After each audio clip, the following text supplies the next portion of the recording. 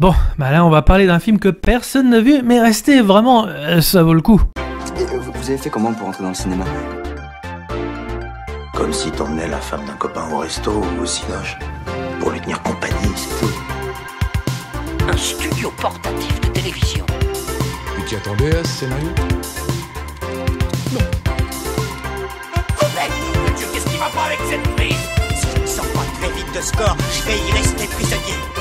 Bonjour à tous et bienvenue dans Soyons Bon Public. L'émission est à retrouver à la fois en podcast et sur YouTube tous les 15 jours le lundi à 17h. Et on va commencer avec le sommaire de l'émission. Dans cette émission, nous allons parler d'une de mes recommandations, que ce soit une série ou un film, qu'il soit récent ou non. Bref, je vous en parle. Et cette semaine, je veux vous parler de The Jacket de John Maybury. Je reviendrai sur quelques news en bref. Nous reviendrons également sur les premiers avis d'un parfait inconnu, biopic sur Bob Dylan, le remake live-action de Dragon et enfin le Frankenstein de Guillermo del Toro. Et ça commence maintenant.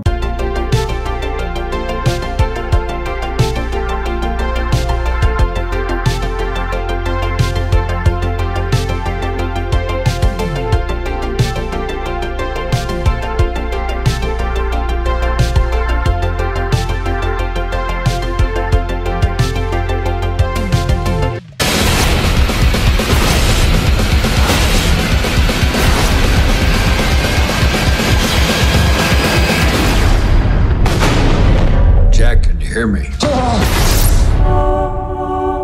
What's the matter, Doc? You look like you've seen a ghost.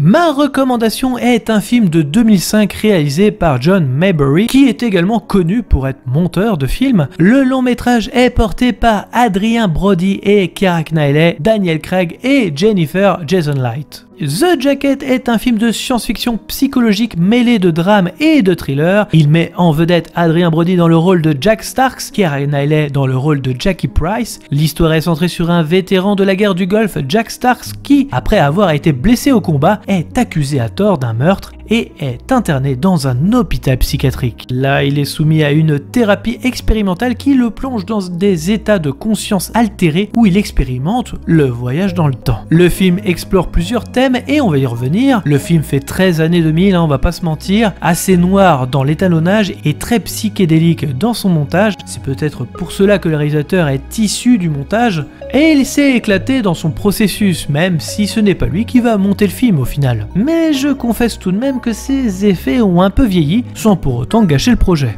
Alors on va parler des thématiques principales. The Jacket explore de manière profonde le lien entre la mémoire et l'identité.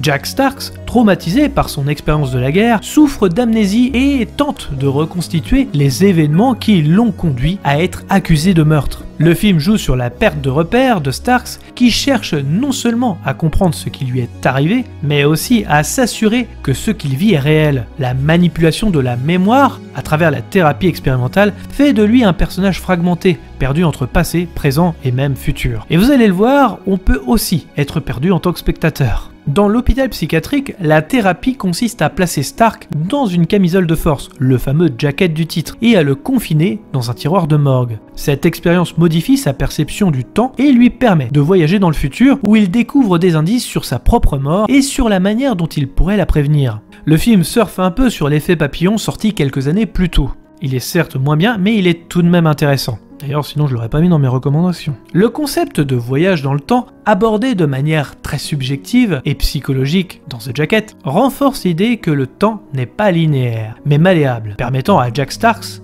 d'interagir avec des événements futurs. Le temps devient ici une force obscure, un labyrinthe que Starks doit naviguer pour comprendre son sort et potentiellement le changer. Cela pose la question de la fatalité. Starks peut-il modifier son avenir en agissant depuis le présent, où il est condamné à vivre une destinée immuable? Ce thème résonne dans la relation entre Stark et Jackie, une jeune femme qu'il rencontre dans le futur. Leur relation semble ancrée dans un mélange de regrets, de choix passés et d'espoirs non réalisés. Le film met en scène un traumatisme post-guerre, un sujet souvent exploré dans les récits psychologiques. Nous sommes en 2005 à la sortie du film et nous avons déjà eu une deuxième guerre du Golfe, commencée en 2003. Ce n'est pas non plus anodin de choisir cette guerre qui semble être une répétition pour les États-Unis, évoquant le passé mais aussi le présent. Jack Stark est un vétéran brisé par les horreurs de la guerre et ses hallucinations ou ses expériences temporelles peuvent être interprétés comme des métaphores de son traumatisme.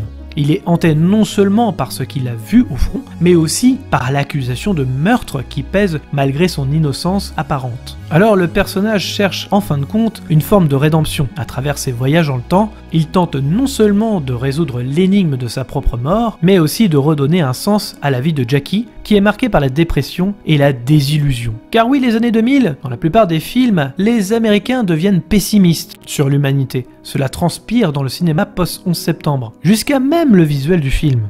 Le style visuel et la réalisation, John Maybury, principalement connu pour son travail artistique avant The Jacket, apporte au film une esthétique à la fois clinique et cauchemardesque. Le traitement visuel accentue la confusion temporelle vécue par Starks. L'hôpital psychiatrique, par exemple, est représenté comme un lieu oppressant avec des tons froids et une architecture stérile, qui contraste avec les moments de liberté que Starks vit lorsqu'il voyage dans le futur. Le tiroir de la morgue devient une métaphore visuelle de son emprisonnement physique et mental. Les scènes de voyage temporel sont souvent floues et fragmentées, reflétant l'état mental instable de Starks. Je parlais du côté froid et clinique, mais l'extérieur, que ce soit dans le présent et le futur, est également souvent représenté aussi de manière froide, avec la neige omniprésente, comme si cet aspect clinique était présent tout au long du film et de sa vie. Le montage est rapide et haché, comme je le disais plus tôt, avec des coupes soudaines qui immergent le spectateur dans la même confusion que celle du protagoniste. Cela donne un effet onirique et presque psychédélique à certaines séquences, jouant avec la perception du spectateur sur ce qui est réel et ce qui ne l'est pas. Concernant les acteurs, Adrien Brody qui joue Jack Starks, Brody qui venait tout juste de recevoir en plus un Oscar pour le pianiste, je crois que c'était en 2002, incarne un personnage torturé avec une grande intensité émotionnelle. Son interprétation de Jack Starks est empreinte de douleur, de vulnérabilité et de résilience. Il réussit à rendre crédible ce voyage intérieur, faisant ressentir au spectateur l'isolement et la peur de son personnage face à une réalité qu'il ne peut contrôler. Quant à Keira Knightley, qui joue Jackie Price, elle est brisée par la vie, une femme en quête de sens après avoir été marquée par la mort de sa mère. Son jeu est plus minimaliste, avec une certaine dureté qui cache une fragilité émotionnelle profonde. Elle reproduit d'ailleurs les mêmes addictions que sa propre mère, comme l'alcoolisme. La relation entre elle et Brody est au cœur du film, offrant une certaine chaleur humaine au milieu d'un cadre froid et clinique. Alors The Jacket rappelle des films comme L'Armée des 12 singes en 95 ou Donnie Darko en 2001 qui explorent également les thèmes de la manipulation du temps, des réalités alternatives et de la perception fragmentée. L'utilisation du temps comme métaphore de la psyché humaine et du destin est un thème récurrent dans la science-fiction psychologique. Et The Jacket, il s'inscrit dans cette tradition. Il est également possible de trouver des similitudes avec le travail de Lynch, notamment dans l'atmosphère de malaise, les visuels dérangeants et l'ambiguïté entre la réalité et l'illusion. Même si encore une fois, on est tout de même loin du travail de Lynch. The Jacket a reçu un accueil critique très mitigé lors de sa sortie. Si certains louaient l'originalité du concept et de la performance intense d'Adrien Brody, d'autres reprochaient au film de trop se reposer sur son atmosphère et de ne pas développer suffisamment certains aspects de l'intrigue. Le film est parfois jugé confus, voire même incohérent dans son traitement de voyage temporel. Cependant, il reste une œuvre intrigante qui mérite d'être revisitée pour ses thématiques profondes et son esthétique singulière. C'est un film qui interroge sur la place de l'individu face au destin, à la mémoire et à la possibilité de se réinventer malgré les traumatismes du passé. Après, je comprends la confusion, car moi-même au premier visionnage, je pense pas avoir eu toutes les clés pour comprendre la finalité. Il m'a fallu au moins un deuxième, voire même peut-être un troisième visionnage pour être sûr. Et le film en plus comporte des défauts, je vais pas les nier. Par exemple, quand Jack voyage pour la première fois dans le futur, il attend dans une station et n'a pas l'air perturbé par ce qui lui arrive, alors que 1 minute avant il était enfermé totalement en camisole et paniqué. Il est perturbé uniquement quand il découvre des photos une fois dans l'appartement de Jackie. C'est là qu'il se pose les bonnes questions. Certaines scènes semblent parfois étonnantes et pas en adéquation avec les événements du film. Alors si vous voulez découvrir le film sans spoiler, arrêtez-vous là et revenez plus tard, car je vais dévoiler la finalité et ça mérite qu'on s'y attarde. Car elle est ambiguë cette fin, oui, ouverte à diverses interprétations, et résume les thématiques clés du long métrage. Pour analyser cette conclusion, il faut d'abord rappeler certains éléments clés du film et de son récit, afin de mieux comprendre les implications de cette fin énigmatique. Alors pour résumer cette fin, dans les dernières scènes du film, Jack Starks découvre ainsi qu'il mourra en 1993, peu de temps après son admission à l'hôpital. Mais lors de ses voyages temporels, il fait la connaissance de Jackie Price, donc Keira Knightley, une jeune femme vivant en 2007, dont la mère Jean, Kelly Lynch, a rencontré Jack quand elle était enfant. Jack apprend, grâce à Jackie, que Jean est morte dans un incendie qu'elle a elle-même provoqué. Elle est décédée peu après leur rencontre en 93. Et dans la séquence finale, après avoir réalisé qu'il ne peut probablement pas changer son propre sort, Jack réussit tout de même à modifier l'avenir de Jackie. Il l'encourage à surmonter sa douleur et ses regrets liés à la mort de sa mère. Il empêche, je pense même, la mort de sa mère. Jack retourne ensuite dans le tiroir de la morgue, sachant qu'il est proche de sa mort imminente, mais lorsqu'il réapparaît une dernière fois, il est de nouveau avec Jackie dans une version alternative du futur, où sa vie a pris un tournant différent et plus heureux. Alors l'interprétation, est-ce que c'est un voyage dans le temps ou une hallucination ? L'une des grandes questions posées par la fin du film est de savoir si Jack Stark a réellement voyagé dans le temps, ou s'il s'agissait simplement d'hallucinations provoquées par le stress psychologique de la guerre. Ça reste une question ou une réponse qui peut s'entendre, hein, mais je dois avouer que je ne suis pas vraiment adepte du « Eh, en fait c'était dans sa tête ». Un peu trop facile à mon goût. Pour moi, le film suggère tout de même que ces voyages dans le temps sont réels, car Jack parvient à influencer positivement l'avenir de Jackie. La scène finale montre un avenir où elle a surmonté ses traumatismes, semble vivre une vie plus stable et plus heureuse, sans addiction. Cela pourrait indiquer que Jack a bel et bien réussi à changer son propre destin, a bel et bien modifié celui de Jackie, ce qui donnerait au film une dimension tragique et sacrificielle. Après tout, il avait bien changé la vie de Babak, de même que Jackie Price est un personnage clé dans la rédemption de Jack Stark. Leur relation est complexe car elle symbolise à la fois la perte et l'espoir. Lorsqu'il rencontre la version adulte de Jackie, elle est brisée par la vie et hantée par le décès de sa mère. Cependant, Jack devient pour elle une sorte de mentor et de protecteur, même depuis le passé. La fin montre un renversement émotionnel important. Grâce à Jack, Jackie est capable de changer la trajectoire de sa vie. Cela suggère que le voyage temporel de Jack a servi non pas à sauver sa propre existence, mais aider quelqu'un d'autre à surmonter ses traumatismes. Il a déjà réussi aussi avec Babak vis-à-vis de son médecin. Le symbolisme de la camisole et du tiroir, la camisole de force et le tiroir de la morgue sont des symboles puissants dans le film. La camisole représente l'emprisonnement, non seulement physique, mais aussi mental de Jack. Elle symbolise aussi sa perte de contrôle sur son propre destin. Le tiroir, quant à lui, évoque la mort. C'est à l'intérieur de cet espace que Jack est confronté à sa propre mortalité et à sa solitude. Cependant, ces deux objets deviennent également des outils de transformation. Ce qui commence comme un symbole de confinement se transforme en portail vers une sorte de liberté. Car c'est à travers cette camisole et ce tiroir que Jack accède à une forme d'omniscience. Cela souligne le paradoxe central du film. Jack est piégé, mais c'est précisément dans cet état de captivité qu'il trouve la capacité de changer les choses, même si ce n'est pas son propre destin. En termes émotionnels, la conclusion renforce l'idée que la rédemption ne réside pas toujours dans son propre salut personnel, mais parfois dans la possibilité d'améliorer la vie de quelqu'un d'autre. Le sacrifice de Jack est ainsi chargé d'une signification symbolique. Même si l'individu ne peut pas toujours contrôler son propre sort, il peut laisser un impact durable sur ceux qui l'entourent. Même si la fin peut avoir une analyse différente de la mienne, peu importe l'interprétation choisie, la conclusion met en lumière les thèmes de la fatalité, de la mémoire et de la rédemption. Ce final incarne également une forme de tragédie personnelle, car même si Jack parvient à changer l'avenir de Jackie, ou même de Babak, il ne peut pas échapper à son propre destin. Toutefois, en acceptant sa mort et en accomplissant un acte de bonté, il trouve une forme de paix intérieure, rendant ainsi la fin du film à la fois tragique, mais aussi surtout porteuse d'espoir. Et vous, c'est quoi votre interprétation du film, ou même de sa finalité? Qu'en avez-vous pensé? Dites-le moi en commentaire, je serai ravi d'en débattre avec vous. Et maintenant, pour finir, les news en bref.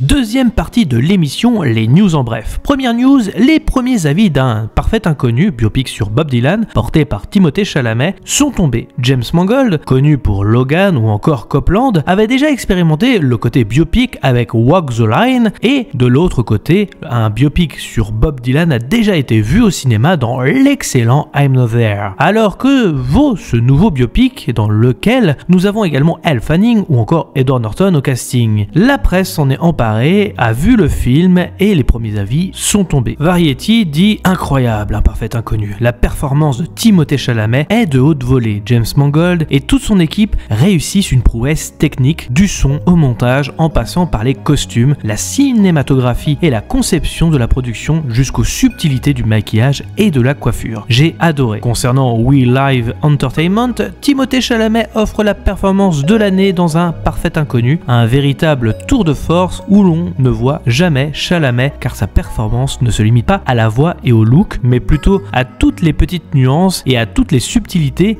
qu'il met parfaitement en scène dans son interprétation de Bob Dylan. Monica Barbaro dans le rôle de Juan Baez et Edward Norton dans celui de Pete Seeger sont également de très bons second rôles. Pour le magazine Street Hunt, un parfait inconnu est absolument incroyable. Il dure près de 2h30, mais il passe vite. Les performances musicales sont parfaitement placées, l'histoire est captivante. Timothée Chalamet, Monica Barbaro, Elle Fanning et Edward Norton livrent tous une performance inoubliable. Je suis émerveillé. Quant à Movies We Abbey, un parfait inconnu est un biopic standard qui prend vie lorsque ses personnages emblématiques jouent ensemble de la musique avec passion. Timothée Chalamet est un bon choix de casting, mais Monica Barbaro et Edward Norton volent la vedette dans les rôles de Juan Baez et Pete Seeger. Visiblement, l'acting semble être salué, mais les critiques peuvent parfois être mitigées pour certains. Certains magazines ont trouvé ça convenu. Cependant, la réponse elle se fera le 25 décembre 2024 au cinéma. Deuxième news, la première photo du nouveau film de Guillermo del Toro vient d'apparaître sur la toile. Le projet est non pas des moindres, celui de Frankenstein. Si le décor a l'air à l'image de l'ambition du monsieur, on déchante en sachant que le film sera diffusé par Netflix. Si le projet semble tout de même alléchant, rien qu'avec son casting comme Jacob Elordi qui jouera le monstre, ou encore Frankenstein qui sera joué par Oscar Isaac, Mia Goth, Christopher Waltz ou encore Charles Dance complètent le casting déjà bien fourni. Pour l'instant, on ne sait pas quand le film sortira, en espérant qu'il ne fera pas trop d'ombre au film Bride de Maggie Gyllenhaal qui traitera du même sujet porté par Christian Bale en monstre, puisque le film est déjà attendu pour septembre prochain. Dernière news de l'émission, Dragon dévoile une bande-annonce avec un live-action parfaitement inutile. Sorti il y a 15 ans, le remake live-action a dévoilé sa bande-annonce. Si Disney n'arrête pas d'en faire sur ses productions des années 90 pour attirer les nouvelles générations, même si je considère que l'animé reste toujours meilleur et n'ayant pas besoin d'être dépoussiéré, force est de constater que cela rapporte des billets verts et sans véritable réels efforts puisque les plans sont déjà constitués à quelques différences près. Alors pourquoi pas DreamWorks finalement? Eh bien c'est la question que se posent beaucoup d'internautes. Le réalisateur de Dragon signe également son propre remake en plus, attendu dans les salles le 11 juin 2025. Personnellement, je ne vois pas l'intérêt, comme pour beaucoup, dans ces remakes live-action d'autres studios. Si la proposition est la même, c'est une façon opportuniste de faire de l'argent. Peut-être que je me trompe après tout. Et vous, qu'est-ce que vous en avez pensé? Dites-le moi en commentaire, je serais ravi d'en parler et d'en débattre avec vous. Et voilà, c'est terminé pour cette nouvelle émission. En tous les cas, rendez-vous dans 2 semaines